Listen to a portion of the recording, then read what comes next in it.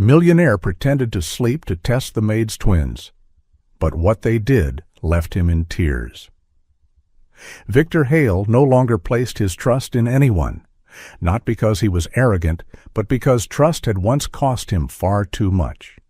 There was a time when he believed in people with almost naive sincerity. He believed in promises. He believed in loyalty. He believed that if he lived with decency, the world would respond in kind. He had once loved. That woman was not only Victor's fiancée, but also his closest business partner. Together, they built the company from nothing, spending countless sleepless nights on projects, dreaming of a future where success and happiness walked side by side. Victor gave her not only his heart, but also control and his absolute trust. And that was precisely what destroyed him. At the busiest point of Victor's life, when the company was at its peak, the woman he trusted most betrayed him. She sold internal information to competitors, withdrew money from their joint accounts, and signed agreements behind his back. By the time Victor realized what was happening, everything had already collapsed. The company lost half its value in just a few weeks. His fiancée vanished with the money, leaving behind nothing but a short, cold email as an explanation.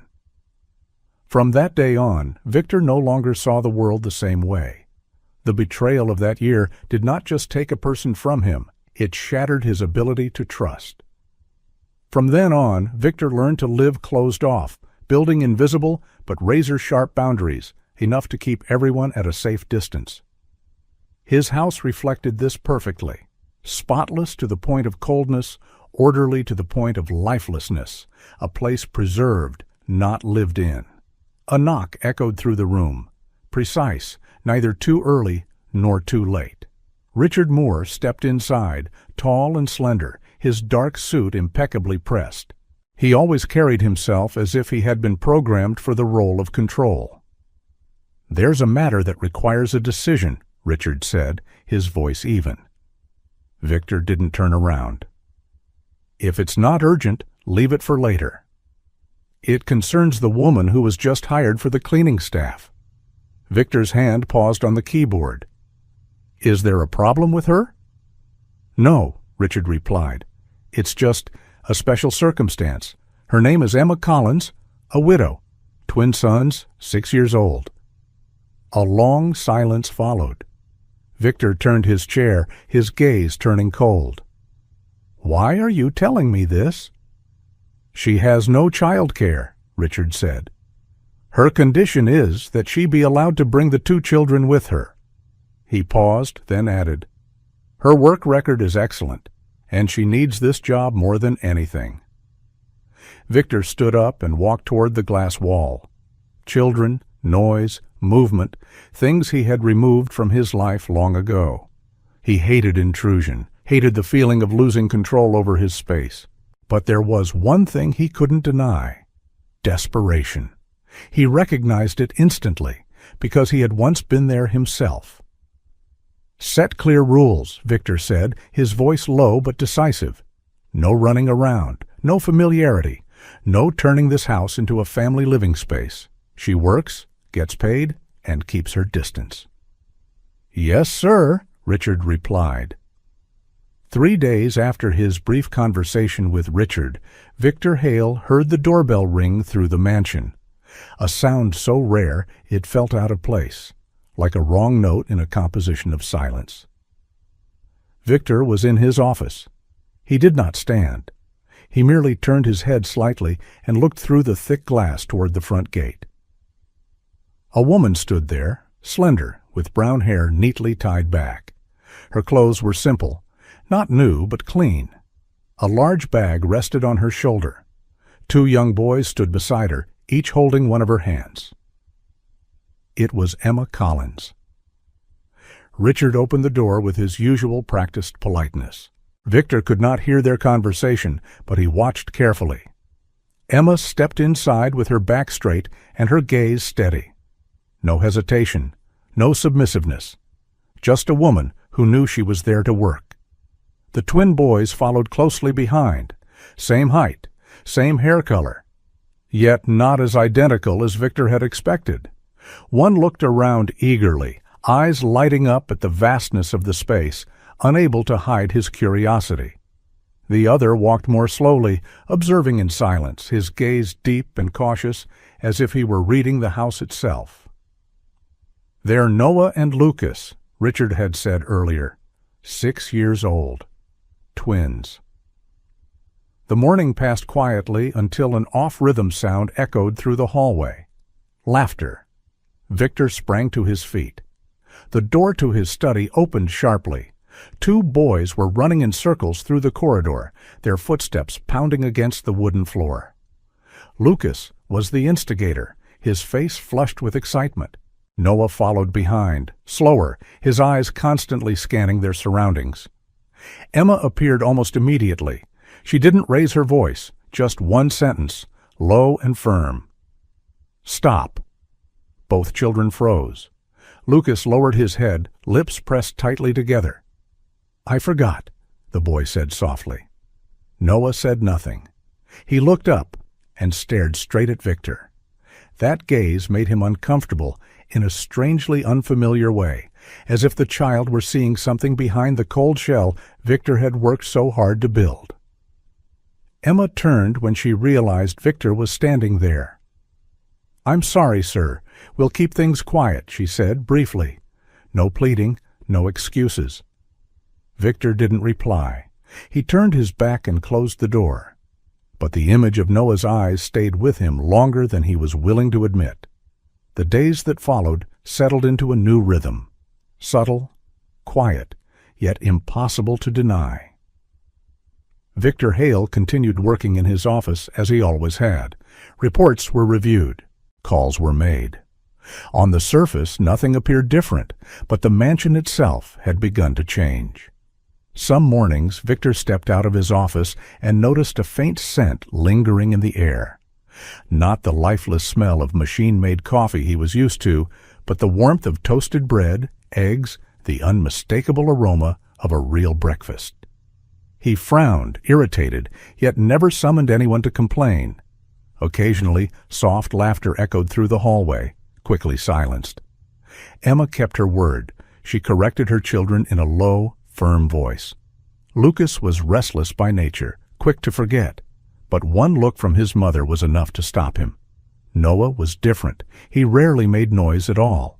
He sat quietly, drawing or reading, as if he instinctively understood the invisible boundaries of the house.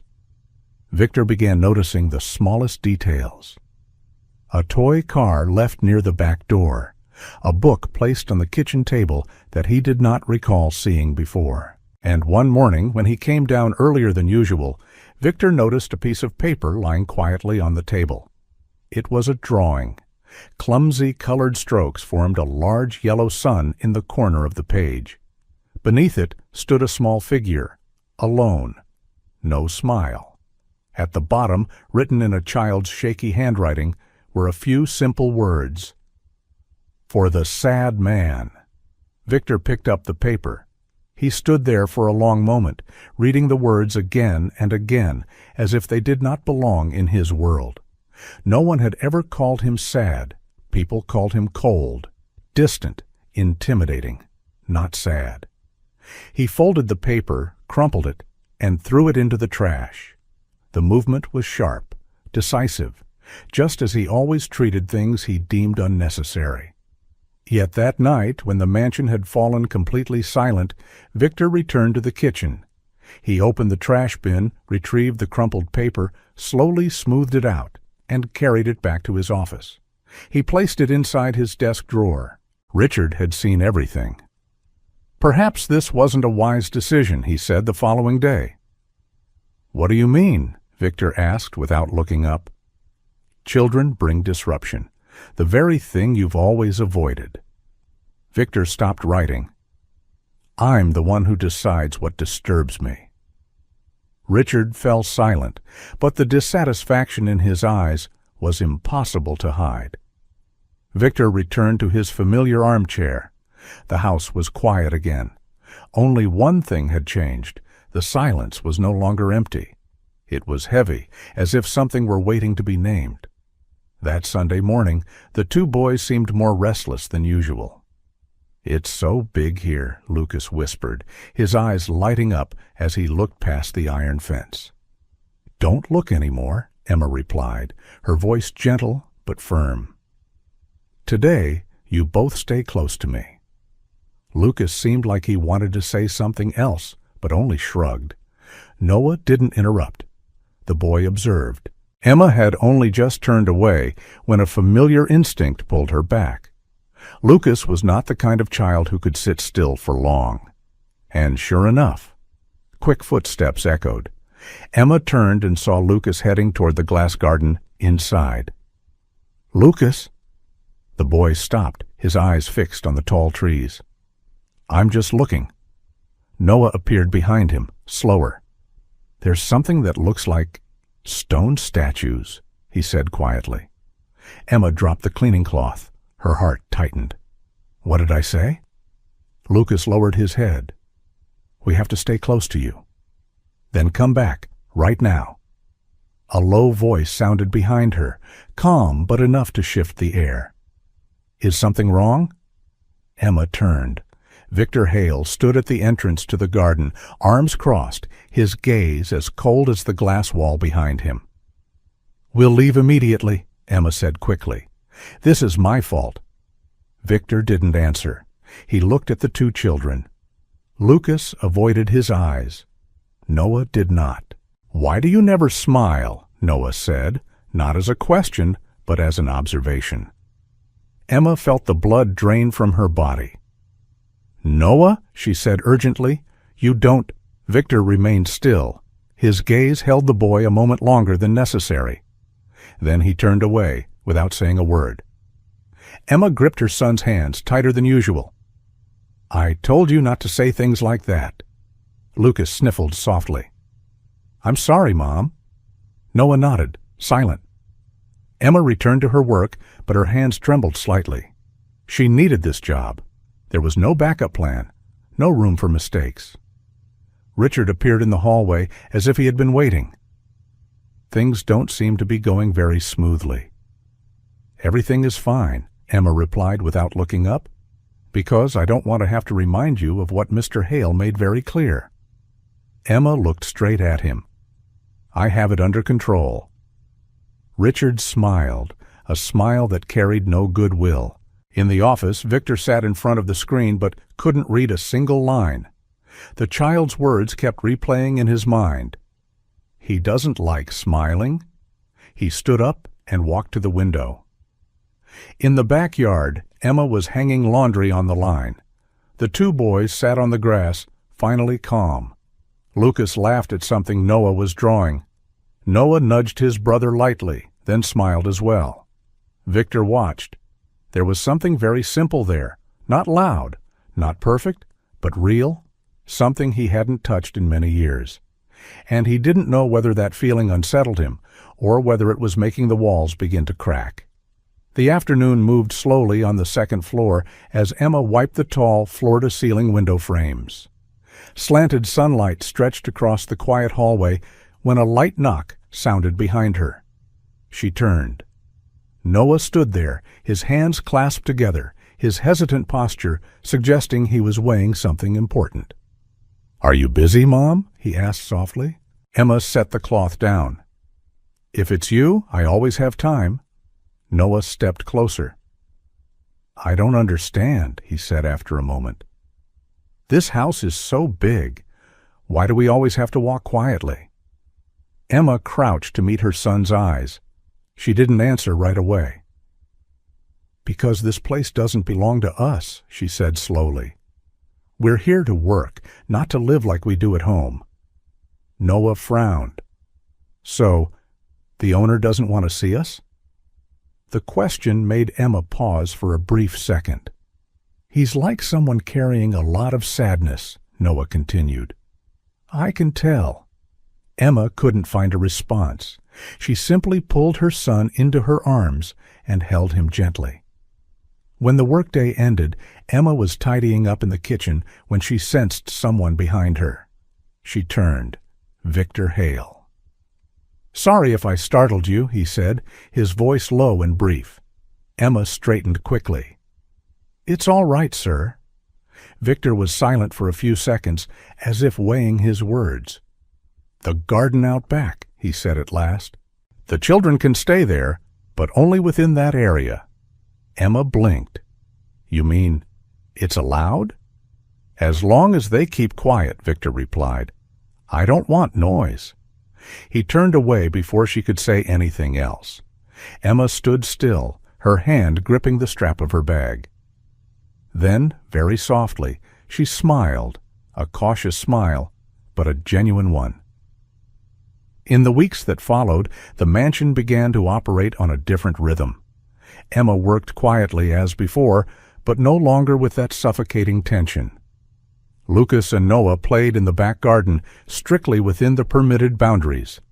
And Victor, he remained in his office, kept his distance, and pretended not to notice. But he did notice. He noticed the restrained laughter beyond the windows.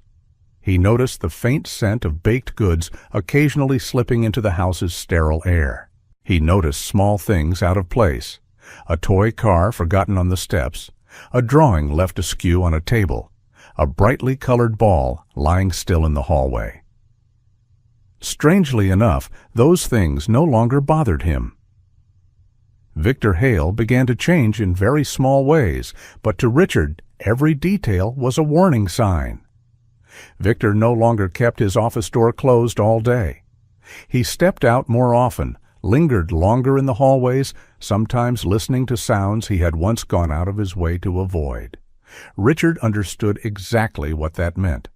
Control was being threatened, and the fastest way to regain control was always the same: plant doubt.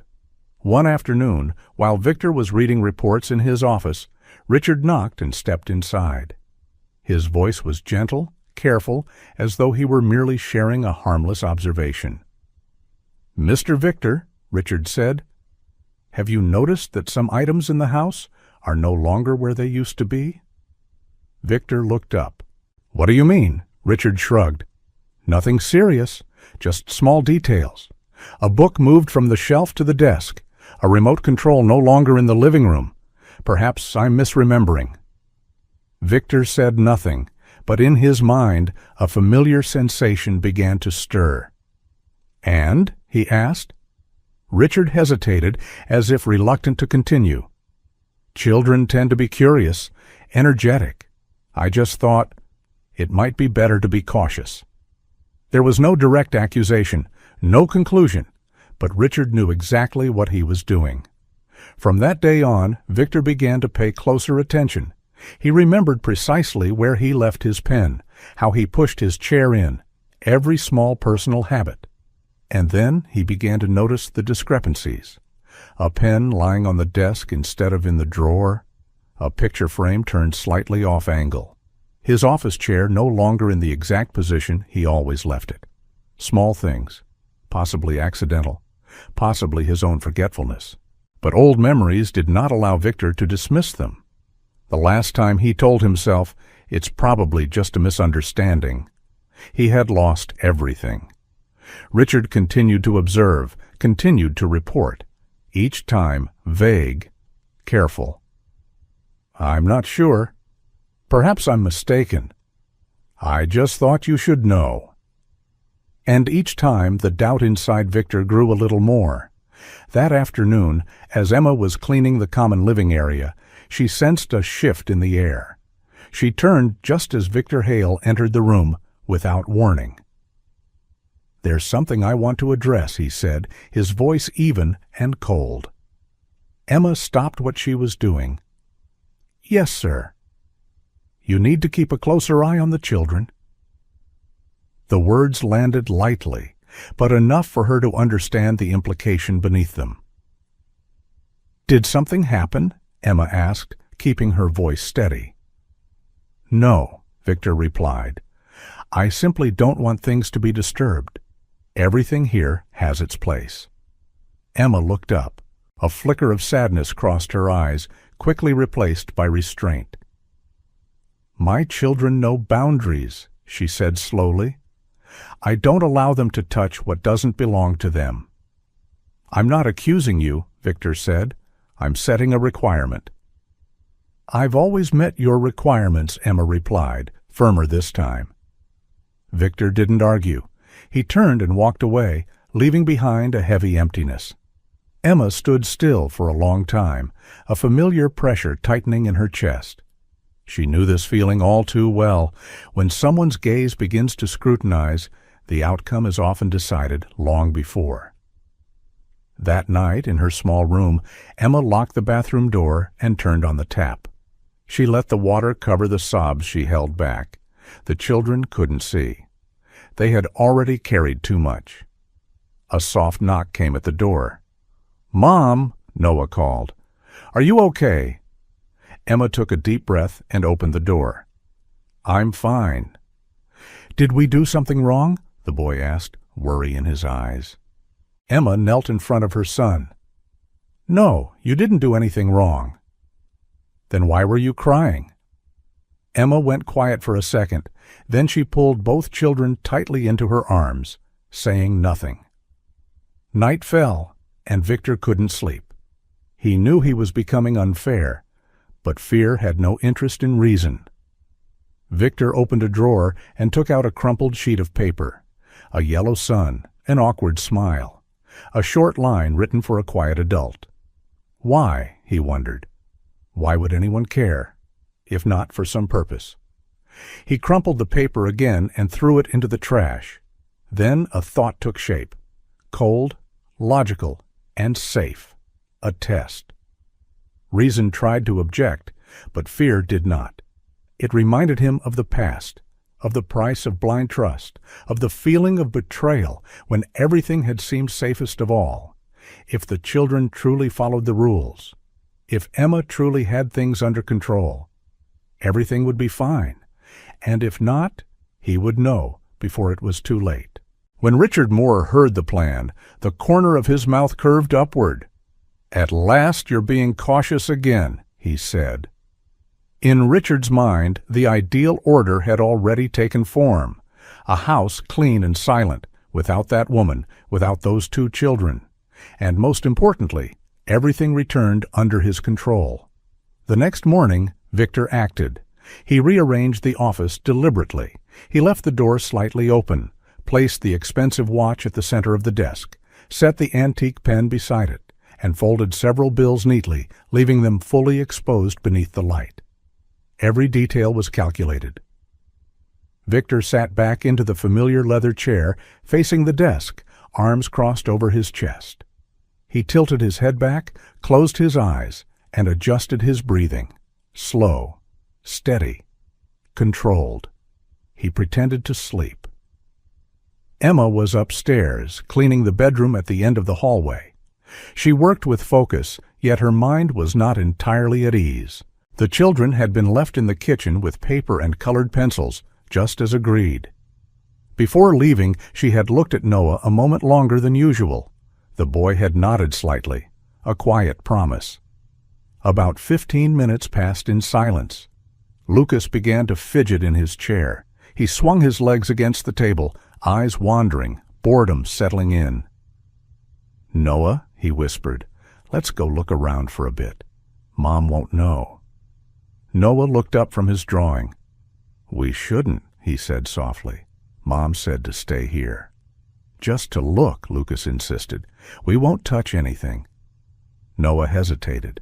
He glanced toward the stairs, then down the long hallway leading to the other rooms. Finally, he stood. "Just quickly," he said. "Then we come back." The two boys left the kitchen and walked slowly down the wide hallway. Each step was placed carefully, as if they understood the house did not like being disturbed. They studied the paintings on the walls, the large plants, the thick rugs beneath their feet. Then they saw the door. Victor's office door was slightly open. Lucas stepped forward and peeked inside. "Noah," he whispered, excitement bubbling in his voice. "He's sleeping." Noah moved closer. Through the narrow opening, he saw Victor Hale sitting motionless in the leather chair, head tilted back, eyes closed. The man looked different this way, Not rigid, not intimidating, just tired. "We shouldn't go in," Noah murmured. "Just for a second," Lucas replied. "He won't know." They stepped inside, almost on their tiptoes. The room itself demanded silence. Tall bookshelves, the scent of old wood and paper, a large desk with objects glinting under the light. Lucas noticed the watch first. The polished metal caught his eye. Then the folded bills. He stopped. Noah saw them too. But what held his gaze was not what lay on the desk. It was Victor's face. Even while sleeping, the man looked sad, his brow slightly furrowed, his jaw tense, as if rest never truly reached him. "Noah," Lucas whispered, his voice unusually subdued. "He looks sad even when he's asleep." Noah nodded slowly. "Yeah," he said, like no one ever made him smile. The door behind them remained open. Victor stayed perfectly still. And in that room, in the heavy silence, two children stood before a choice they did not know would change everything. Lucas was the one who broke the silence. He looked at Noah, his eyes lighting up with a thought that was both bold and innocent. "We could make him smile," Lucas whispered, his voice trembling with excitement. Noah frowned. "How?" Lucas scanned the room. Then his gaze landed on a small box resting on a side shelf near the desk. Inside were colored markers used for labeling documents, bright, vibrant. "We draw on his face," Lucas said quietly, as if sharing a great secret. Noah's eyes widened. "We can't. Mom will be mad." "Just a little," Lucas pleaded. "He's sleeping. When he wakes up and looks in the mirror, he'll smile. Then we clean it. No problem." Noah looked back at Victor Hale's face. He barely breathed. The man looked so lonely it made something ache inside Noah's chest, even though he wasn't old enough to name that feeling. "Small," Noah said softly, "and careful." Lucas smiled in victory. The boys opened the marker box gently. They chose colors as if the task before them was important beyond words. Step by step, they moved closer to Victor, their hearts pounding inside their small chests. Victor remained motionless, but inside, every one of his senses was alert. He heard the whispers, the soft click of the box opening. He felt breath nearby. His heart raced. He waited. He waited for small hands to reach for the watch, for the money to disappear, for the moment that would confirm his fears. But it never came. Instead, he felt something light brush against his forehead. Lucas began to draw. A large circle, carefully placed, at the edge of his forehead. Yellow. A sun. Noah followed, drawing a small heart on his cheek. Then tiny stars scattered around it. Lucas added a crooked smile near the corner of Victor's mouth, colored blue. The children worked in silence, focused and serious, as if carrying out a sacred mission. No laughter, no mischief, only intent. "All done," Lucas whispered at last. Noah studied their work and smiled softly. "I hope he likes it." They placed the markers back into the box, closed it carefully, then stepped back to admire their creation. The sad man now carried a sky of color on his face. Then they turned and left the room as quietly as they had entered. Victor remained seated, but inside him everything had shattered. Not a single object had been touched, not a single bill taken. Before him was the clearest proof of something he had refused to believe in: innocence. And one question echoed endlessly in Victor Hale's mind. Why? Did they want to make me smile? Victor remained still for a few seconds after the door closed. He heard the small footsteps fading away. He felt the silence return to the room, but it was no longer the same silence. He opened his eyes. The ceiling appeared above him, familiar yet suddenly distant. Victor rose slowly, his legs heavier than before, and walked toward the mirror mounted on the side wall of the office. And then he saw himself, a yellow sun on his forehead, a small heart on his cheek, tiny stars and a crooked blue smile near his mouth. The image was ridiculous, absurd, completely incompatible with the Victor Hale he thought he knew. For several seconds, he simply stared. Then a laugh escaped him. At first it was quiet, as if he himself didn't believe the sound. But it grew, deeper, fuller, until Victor had to brace himself against the desk, until his eyes burned. He was laughing, truly laughing. The office door burst open. Emma stood there, breathless, her face draining of color as she took in the sight of Victor. Her gaze shifted from the colorful drawings on his face to the two boys standing behind her. Her heart sank. "Oh my God," Emma whispered. "Noah, Lucas." The boys lowered their heads. Lucas began, his voice shaking. Richard Moore appeared moments later. His eyes swept quickly over the scene before settling on Victor's face. A flicker of satisfaction crossed his features, quickly concealed. "This has gone beyond acceptable limits, Emma." The children were unsupervised and intruded into Mr. Hale's private space. "You will have to leave," Richard concluded. "There is no other option." "Mr. Hale," Richard said gravely, "this is clearly unacceptable behavior. I'm afraid—" "That's enough." Victor turned. "Victor." His voice was calm, not loud, but it cut through the room. Silence fell instantly. "Do you know what they did?" Victor asked, his gaze fixed on the children. Richard hesitated. "They drew on your face." "And did they touch anything on my desk?" Richard looked up, her voice trembling but firm. "No, sir, my children didn't take anything." Victor nodded slowly. He knelt in front of Noah and Lucas, lowering himself to their eye level. "You drew on my face? To make me smile?" Noah nodded, tears gathering. "You looked very sad, even when you were sleeping." Victor closed his eyes for a brief moment. When he opened them again, doubt no longer had a place to stand. Victor slowly lowered himself, kneeling in front of the two trembling boys. "Thank you," he said softly. The entire room fell silent. "No one has ever thought about trying to make me happy," he continued, his voice rough. "Not once." Lucas stopped crying, tears still clinging to his lashes. "So, did we do something wrong?" Victor nodded. "Yes, drawing on someone's face is not the right thing to do."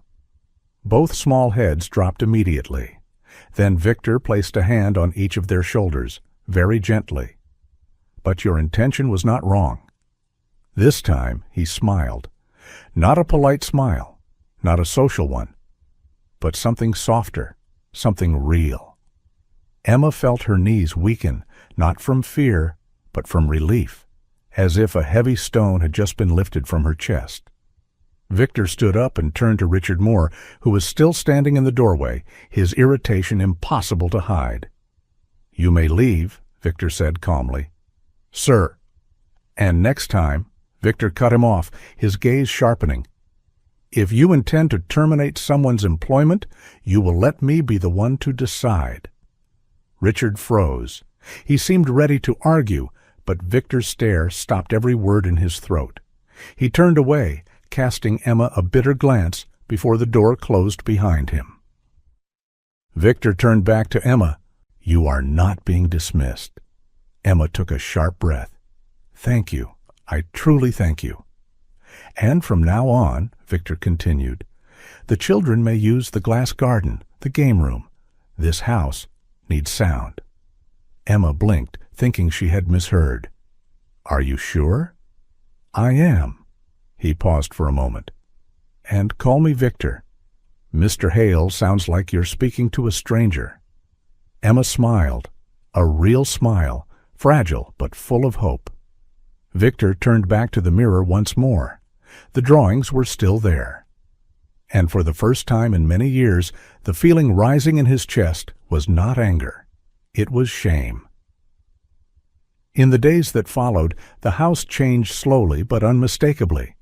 Not through luxury, but through presence. Noah and Lucas were allowed to run in the garden, to draw in the living room, to laugh without fear of being corrected. And every time Victor heard that laughter, he no longer felt irritated. He paused. He listened. Richard Moore could not tolerate the change. He attempted to plant doubt once more, but this time Victor faced the truth. Richard had never protected him. He had only protected his own control. Not long after, Victor removed Richard from his personal life entirely. Everything else unfolded naturally, without urgency. One Saturday afternoon, Victor asked Emma to stay in the back garden after the children had gone inside. "Is something wrong?" Emma asked, clearly feeling her heartbeat slip out of rhythm. Victor didn't speak right away. He looked up at the trees and took a deep breath. "I don't want to pretend anymore," he said. "I don't want to call this a job." Emma remained silent. "I know I'm not easy to live with," Victor continued. "I carry my past, my habits, and a lot of unresolved pain. But you and the children have done something I haven't been able to do for years. They make me want to wake up every morning." "Victor," Emma whispered. "Let me finish," he said quickly. "I don't love you because you're gentle. I love you because you don't bow your head, because of the way you protect your children, and because you don't need me to become someone else." Tears spilled from Emma's eyes. "Are you sure?" she asked, her voice trembling. "I don't belong to your world. I'm a cleaner, a widow, a mother of two." Victor took her hand, firm but warm. "That's exactly why. I don't need to save anyone. I need someone to walk beside me, something real." Emma cried, not from pain, but because for the first time she wasn't defending herself. "I'm scared," she said. "Scared that one day you'll wake up and see that I'm not enough." Victor shook his head. "There is no enough or not enough. There's only right or wrong, and it's you." They kissed in the afternoon light, not rushed, not theatrical, a kiss between two people who had lived long enough to know what they were choosing. When they told Noah and Lucas, the reaction was immediate. "So you're going to stay with us forever?" Lucas asked, his eyes shining. Victor knelt to meet their eye level. "If you want me to." Noah said nothing. He wrapped his arms tightly around Victor. "Yes." And from that moment on, family was no longer an abstract concept. Night fell deeply. The mansion lay at rest after a long day, with only the soft sound of wind brushing past the porch and a sky full of stars stretching above. Noah and Lucas were fast asleep, their steady breathing like a promise of peace. Victor and Emma sat side by side on the porch. Neither of them spoke. The silence between them was neither heavy nor empty. It was warm, as if both understood there was no need to fill this moment with words. Emma spoke softly, her voice so gentle it seemed meant only for the night. "Are you happy?" Victor didn't answer right away. He looked up at the sky. The stars were unchanged, but he was not. "I used to think happiness was something meant for other people," he said slowly. "That I only needed to exist." He turned to her. "It turns out I was wrong. I'm very happy now." Emma looked at him. In her eyes there was no doubt, only quiet understanding. She smiled and placed her hand over his. Victor squeezed her hand gently. And in that very small, very peaceful moment, he knew. Happiness wasn't something loud.